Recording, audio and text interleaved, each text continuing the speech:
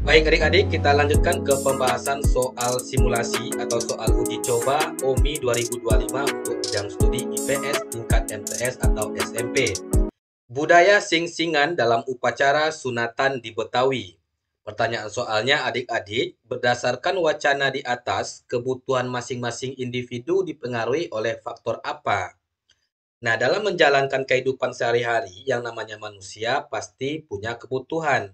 Begitu juga dalam upacara sunatan yang ada di Betawi yang kita kenal dengan sebutan budaya sing-singan.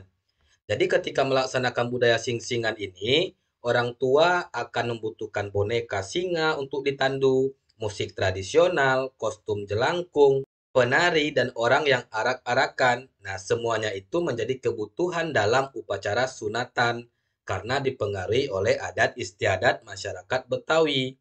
Maka kebutuhan masing-masing individu pada wacana ini dipengaruhi oleh faktor adat istiadat masyarakat. Jawaban yang C. Perhatikan gambar di bawah ini. Salah satu unsur peta yang sesuai dengan gambar di atas adalah, nah kalau adik-adik lihat gambar, ada macam-macam tanda seperti gambar rumah, pemukiman, lalu di samping tanda itu ada keterangannya seperti pemukiman, bangunan, masjid, gereja, terus ada sawah irigasi, sawah tada hujan. Nah, dalam peta, bagian yang menjelaskan arti semua tanda atau simbol disebut dengan legenda peta. Jawaban yang A.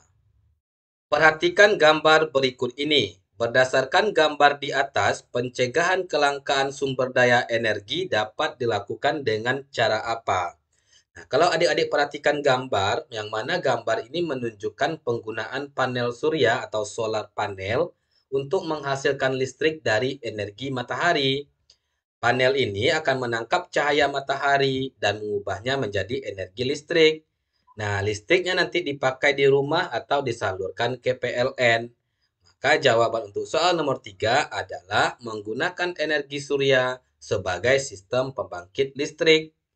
Peristiwa bom atom di kota Hiroshima pada 6 Agustus 1945 dan Nagasaki pada 9 Agustus 1945 mengantarkan Jepang menyerah tanpa syarat pada 14 Agustus 1945. Syahrir mendesak Soekarno dan Hatta untuk segera memproklamasikan kemerdekaan. Kemudian terjadilah silang pendapat pada ketiga tokoh tersebut. Alasan Soekarno-Hatta untuk bertahan pada pendiriannya dan menolak desakan Syahrir untuk segera memproklamasikan kemerdekaan adalah, jadi adik-adik, Soekarno-Hatta ini merupakan golongan tua, sedangkan Syahrir merupakan golongan muda. Nah, Syahrir ini dia mendesak Soekarno-Hatta untuk segera memproklamasikan kemerdekaan. Tetapi Soekarno dan Hatta menolaknya. Kenapa? Karena setelah bom atom di Hiroshima dan Nagasaki, Jepang memang kalah. Tetapi tentara Jepang di Indonesia masih bersenjata dan berkuasa. Maka Soekarno-Hatta tidak mau gegabah karena takut kalau proklamasi dilakukan tanpa persiapan bisa memicu pertumpahan darah. Jadi mereka menolak desakan Syahrir karena situasi di lapangan belum aman. Maka jawaban yang tepat adalah yang B, tentara Jepang di Indonesia masih cukup kuat. Bacalah wacana di bawah ini. Wanda merupakan siswa kelas 8 di sebuah madrasah. Setiap pulang sekolah, Wanda membantu ibunya bekerja di warung soto untuk mendapatkan uang saku tambahan yang ditabung secara rutin. Setelah uangnya terkumpul, Wanda membeli buku novel favoritnya di toko buku. Berdasarkan wacana di atas, tindakan Wanda menunjukkan jenis permintaan apa? Nah, adik-adik, permintaan dalam ilmu ekonomi itu ada tiga. Ada permintaan potensial, permintaan absolut, dan permintaan efektif. Kalau permintaan potensial berarti disertai oleh kemampuan daya beli. Artinya seperti ini adik-adik. Dia mampu membeli barang tetapi belum melakukan pembelian. Sedangkan absolut, mereka ingin membeli barang tetapi tidak ada kemampuan untuk membeli barang. Dia ingin beli barang tapi uangnya nggak ada. Maka permintaan absolut ini permintaan yang tidak disertai oleh kemampuan untuk membeli barang. Kalau permintaan efektif berarti dia mampu untuk membeli barang dan uangnya ada, kemudian dia beli. Nah, sesuai dengan wacana ini, Wanda itu dia punya keinginan untuk beli buku novel favoritnya. kemudian dia punya uang, nah kemudian melakukan pembelian, ini merupakan permintaan efektif. Maka jawaban yang benar adalah permintaan efektif yang C. Zaman logam, kemajuan besar dalam bidang metalurgi terjadi dengan ditemukannya perunggu.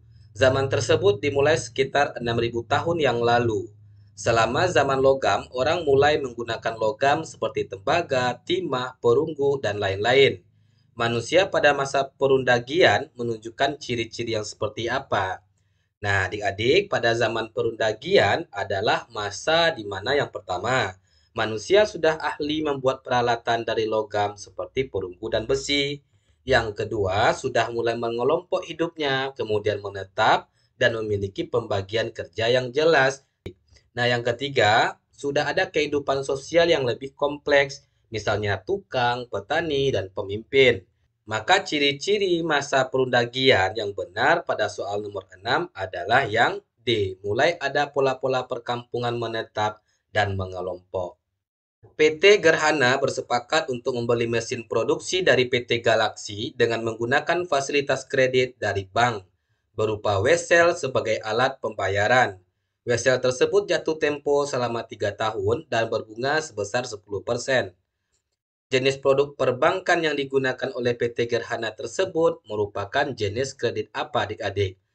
Oke, kita perhatikan adik-adik, di mana PT Gerhana itu mau beli mesin, tetapi bayarnya pakai wesel. Wesel itu surat janji bayar nanti. Berarti dia beli barang, tapi dia janji bayarnya di kemudian hari atau besok hari. Nah, wesel ini dijamin oleh bank dan ada bunganya.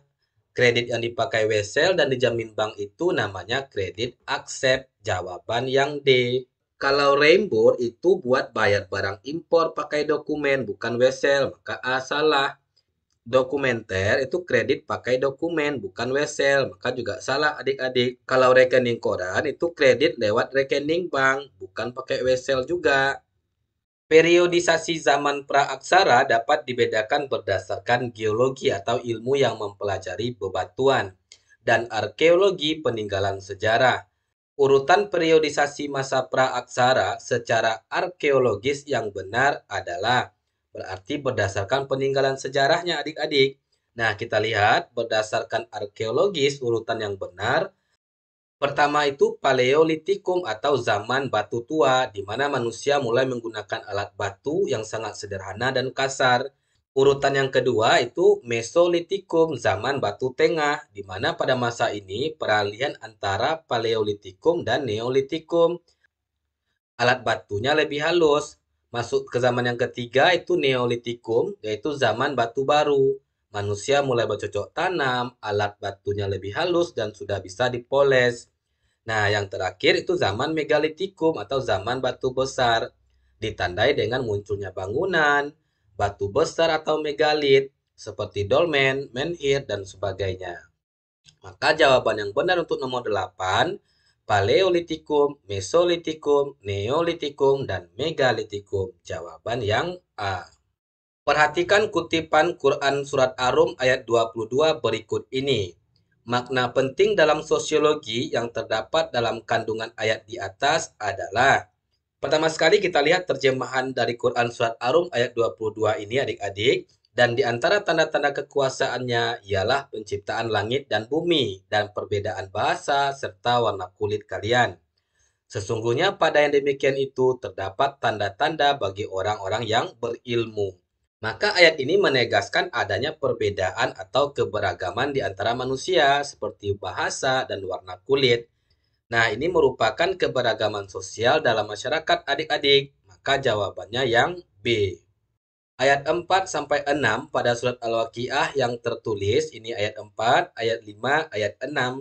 Kenampakan fenomena litosfer berdasarkan ayat di atas dapat kita analisis sebagai berikut. Litosfer itu adik-adik lapisan batuan. Nah, ini berkaitan dengan gempa bumi nantinya. Kalau kita artikan ayatnya, ketika bumi diguncang dengan guncangan yang dahsyat dan gunung-gunung dihancurkan menjadi debu yang berterbangan. Nah, jadi adik-adik, makna ayat yang pertama dalam konteks fenomena litosfer menggambarkan gempa bumi yang sangat kuat. Yang kedua, gunung-gunung yang biasanya gunung berapi bisa hancur atau meletus akibat guncangan besar ini. atau akibat gempa. Maka kenampakan fenomena litosfer berdasarkan ayat Quran Surat Al-Waqiah ayat 4-6 ini adalah yang C adik-adik. Gempa vulkanik dipicu oleh getaran yang dihasilkan oleh desakan magma di dalam perut bumi saat sebelumnya terjadi erupsi.